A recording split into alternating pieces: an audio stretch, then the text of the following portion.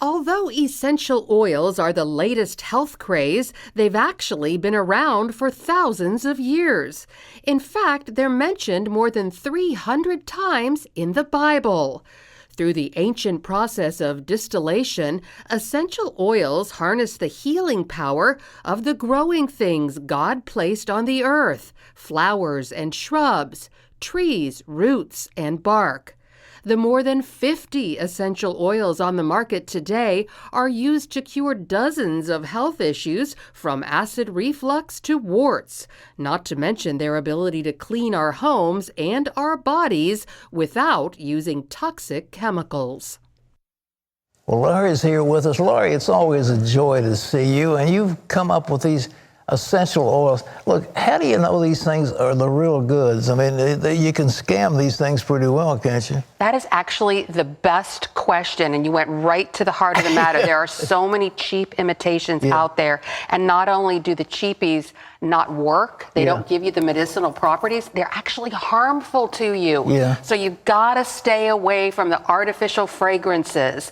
And one great way to choose the right kind of essential oils is to make sure they're USDA certified organic. My favorite type of essential oil is called Ancient Apothecary, and you can see the little USDA organic sign on it. These are made by Dr. Josh Axe, who is a friend of mine. He's a Christian. He's a man of honesty and integrity. So you really need to trust the He's got oils. a website. You can buy them off his website, right? Yes, you can. And he has wonderful videos to show how to use them. He has this fantastic book. This is my favorite book on the subject. He talks about how essential oils were used in the Bible so many times. Talk about the ancient. I mean, who in the ancients used them and where they were referred to?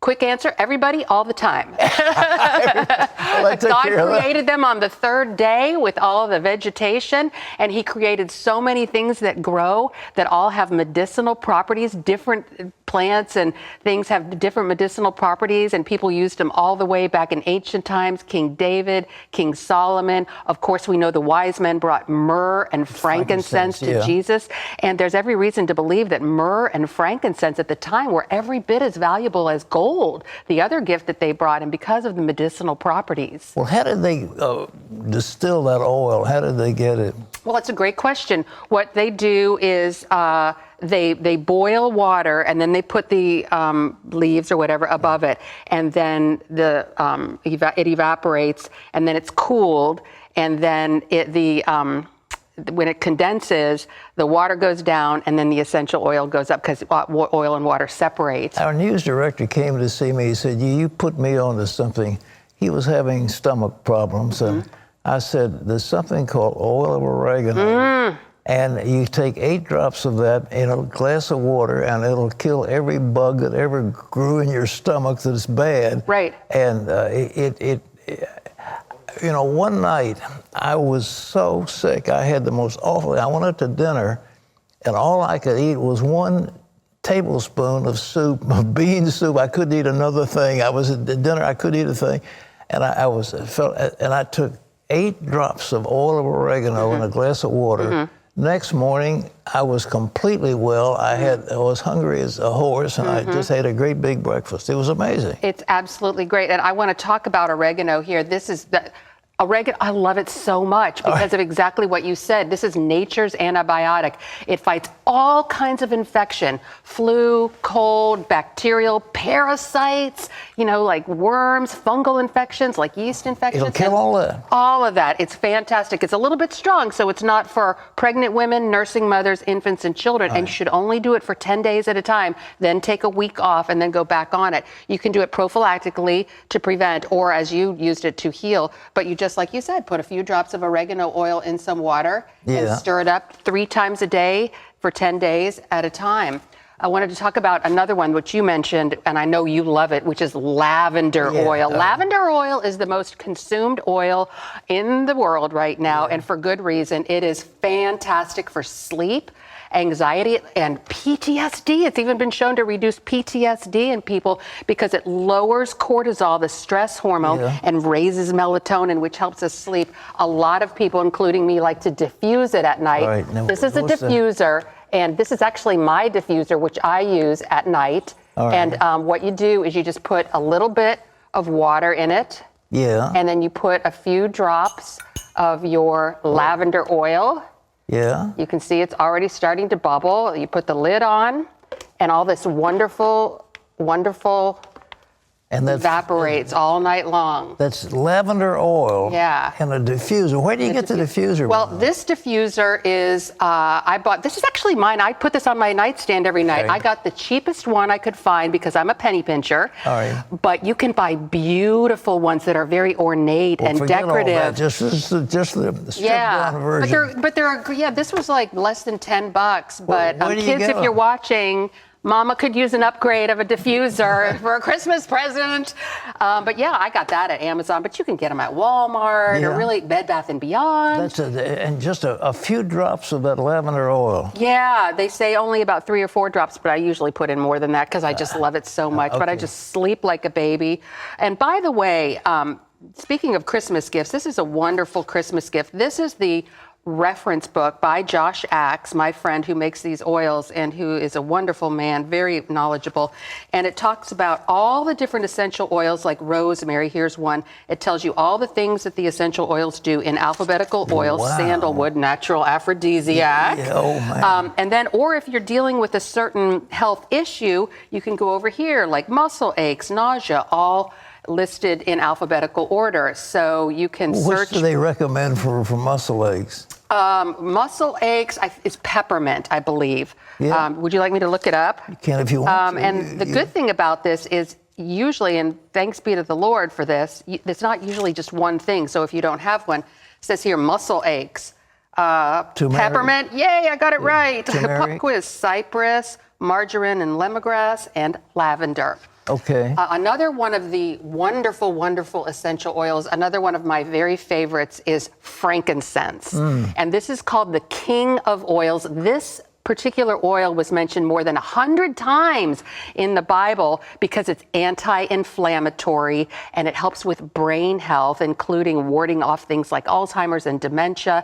And also, it's even been shown to kill breast cancer cells. Frankincense, Come on. it's so wonderful. And what you can do with frankincense is just put a few drops on your hands, put it on your neck. Yeah. And what's so wonderful about essential oils is they have really small molecules, so they sink down in your cells, in your tissues, even in your bloodstream, and they evaporate really rapidly too. So you can smell them. It gets in your olfactory system, You which is just directly rubbed them tied on to your neck? Some of them you can rub directly onto your skin. Some of them are a little bit. They can cause some skin irritation. So again, consult the reference book because sometimes you'll need to dilute them with something like coconut oil or jojoba oil. Dig into my pocket and I'm going to show you. Since you've been on this thing, I decided I was going to follow Lori, and I have in my hand 4 of those little bottles. Oh, you brought your own stash. You better believe it. Yeah. I got these from Dr. Now, is he a Dr. Axe or is he a... He is a doctor of natural medicine. He has videos online which are free on the YouTube channel. I got these things. He demonstrates all this. He's wonderful. All right, I take 2 of these, and I've got, let's see, what have I got here? There's something called holy basil. It's so funny. I tell my wife I've got holy basil on tonight. and rosemary, and here's the frankincense. Yeah. And what else do I have? Well, turmeric. I've got... turmeric, that's so good for you. Good for your brain. But anyhow, the amazing thing about this is, and I want to show you, ladies and gentlemen, it takes 1 drop of these puppies. Just, you see that little, it doesn't, you put it up and 1 drop comes out. And you got a drop on your finger. Yeah, it's super concentrated. And I put it right under my nose for a little sleep. Yeah. And I mix them up, 2 of them. Sleep like a baby. Good for you. I'm so happy for you. Well, I'm happy for you as you brought these happy. Endorsement. Listen, talk about some other medicine. I've got Please more in do. my little demonstration. Lemon, so wonderful for cough. Yeah. And a great way to use lemon. Also, lemon is great for relieving nausea as well. It's been shown to relieve morning sickness for women who are pregnant, and then digestive issues like IBS, irritable bowel syndrome. And a great way to relieve your cough, so you don't have to buy the cough medicine, is just a few drops of lemon in some hot water. a little bit of organic honey. And yeah, you just mix that up there and drink it, and it coats your throat. It's a great cough reliever. It's lemon oil and honey? Yeah, lemon oil is the key ingredient, and then honey. And then this is ylang ylang, which is ylang. This grows in the Philippines and Indonesia, and it's a beautiful flower. It's great for cardiovascular health. It's a natural aphrodisiac. Oh, man. And so it also improves your self-confidence. You know, these essential oils really do affect your mood. You know, the lavender makes you calm. Peppermint gives you an energy boost, makes you... Now you just put that on your wrist. I do. I mixed a little bit of like ylang ylang with jojoba oil, and I put it in one of these cute little rollerball things, which again, you can get anywhere. I mean, they sell them at Walmart or at the vitamin store. And so this natural aphrodisiac is great if you're trying to catch a mate, or if you already have one and are trying to get them interested again. So, do you give that to your mate, or you keep it with yourself? So you might want to carry a big stick, because you'll have to fight off the men if you use this. Like, you know, sandalwood is another great aphrodisiac, and it raises testosterone. Clary sage is great for lowering estrogen, for people who are having infertility issues. Grief. There are so many things, and that's, again, why I recommend this book so highly. It's a great Christmas present because it tells you all of the essential oils, what they do, and then you can cross-reference it for whatever kind of ailment you have, what oils are good says for you. that too, right? This is his book, and he is the author, Dr. Josh Axe. Okay. And it's really wonderful, all the things, but you do have to be careful because they are medicines, and they were used as medicines all throughout biblical aphrodisiacs, times. You'll have a whole group of men chasing you through the studio. We'll have to have a guard protecting you. But then when I don't wear it, nobody notices me. Boy, this is fun. It really is fun. I got to get one of those diffusers. Yeah, that's. And these are great. Yeah, they make really pretty ones. I can testify. I sleep more soundly. 2 drops. Just mix the 2 of those things. Frankincense and one of the lavender is the big sleep aid, and I've heard so many people who can attest to the fact that they slept poorly before they started using the lavender oil at night, and they sleep really well now, and it really does work. I did forget to mention one more thing, peppermint. Peppermint is great for headaches, and as you mentioned, for some other kinds of digestive issues, and again, peppermint does boost your energy. It's a pick-me-up. But a great way to use peppermint is just put it on one of these warm compresses, just a few drops, and then put it on your temples, on your forehead, the back of your neck, but peppermint. Smell it. Doesn't it smell like Christmas? Ooh-wee, that's something nice. All right. Yeah. Well, Lori, I might add, we had a huge, when we offered that book about the gut flora, we jammed the telephones. We had more calls than I think we've ever had in the history of CBN. Thousands of people called to get that gut flora thing. Well, good, because it's important information. This is one of the most important topics. And you were the one who suggested, called me up and said, would you please do some stories on this? And I do believe that the Lord put that in your heart. Yeah. Just like with the essential oils piece. People think that I come up with this stuff. It's not me, it's him. He calls me, he says, do a thing on essential oils. Well, I'm onto these things, and all I do is I just push the button and Lori's off running with this wonderful stuff. The diseases, Parkinson's, for example, you were saying, and we were saying that you fix the gut flora, and does it actually heal Parkinson's?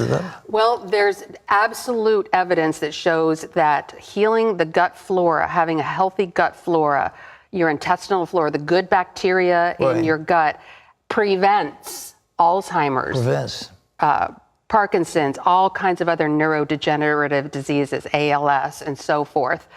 There's reason to believe that if you catch these things in their early stages, that you can reverse some of the symptoms. But clearly, prevention is definite. Well, curing it, not as much, because once these brain cells die, it's hard to bring them back to life. But Pat, I will tell you, our brain cells start to die 10 years before we start to have symptoms.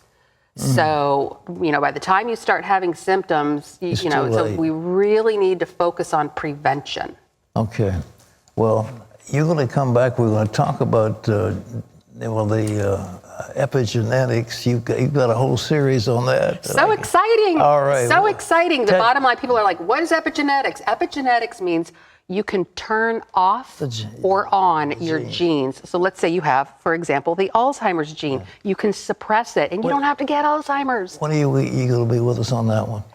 Probably within the next 2 or 3 weeks.